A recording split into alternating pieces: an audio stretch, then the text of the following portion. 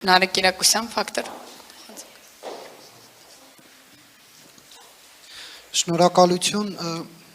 մեկ հարց ԵՀԿ նախագահին եւ մեկ հարց էլ Հայաստանի արտգործ նախարարին, դուք ժամկետներ նշեցիք Միսկի խմբի լուծարման հետ կապված, եթե չեմ սխալվում, ասեցիք ոչ ուշ քան դեկտեմբերը, իսկ եթե չի լինում արդեն Միսկի խումբը այս դեպքում ինչպես է ԵՀԿ-ն պատկերացնում խնդրի կարգավորումը մասնավորապես արցախահայերի իրենց տներ վերադարձի հետ կապված եւ ընդհանրապես իրենց միջազգային իրավունքի վերականգնման հետ կապված կա արդյոք տարբերակ եւ ընդհանրապես ԵԱԿ-ի հետագա գործունեությունը տարածաշրջանում Միսկի խմբի լուծարումից հետո որն է լինելու Եվ պարոն Միրզոյան մեկ հարց էլ ձեզ լեական հեռուստատեսությանը տված հարցազրույցում նշել էիք, որ ադրբեջանական կողմը նախապայմաններ է առաջ քաշում հոգնակիով էիք նշել, այսինքն մի քանի նախապայմաններ, հայտնի է, որ մեկը դա սահմանադրության փոփոխությունն է, մյուսը ԵԱԿ Միսկի խումբներ, Միսկի խմբի հետ կապված արդեն հստակություն կա, մյուս նախապայմանները սահմանադրությունից զատ որոնք են։ Thank you for the question. I will be very brief. Yes, the Շատ հակիրճ կպատասխանեմ այո, Մինսկի closed no later than ոչ ավելի ուշ, քան դեկտեմբերի 1-ը։ We are looking of course at all the items. Եվ մենք բոլոր կետերը դիտարկում ենք այս հարցի շուրջ։ Առաջ ընթանալով, իսկապես խորքային քննարկում ենք ունեցանք պարոն նախարարի հետ, եւ ԵՀԿ-ն իհարկե պատրաստական է աջակցելու սատարելու խաղաղությանը, դիմակայունությանը Հայաստանում եւ տարածաշրջանում։ Հատուկ շեշտադրումը կլինի այնտեղ, որտեղ նաև Հայաստանը կարող է ավելացված արժեքով հանդեսվել, տնտեսական բաղադրիչում կլինի, ինչպես նաև շրջակա միջավայրի եւ կլիմայի ուղղությամբ։ Հավելելով նաև Տիկին նախարարին, կուզեի ավելացնել կամ կրկին հիշեցնել Հայաստանի Հանրապետության կառավարության քաղաքականություն այս հարցում, մենք կարծում ենք եւ մենք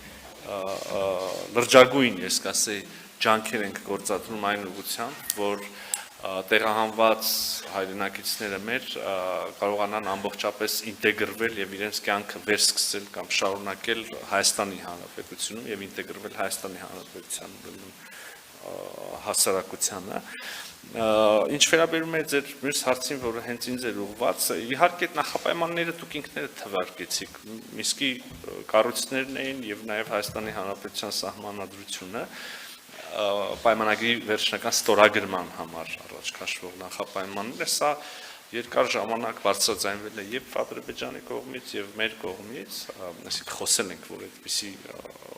նախապայմաններ կան։ Հիմա ինչպես իրավացիորեն նկատեցիք հարցի մի մասը, այսինքն մի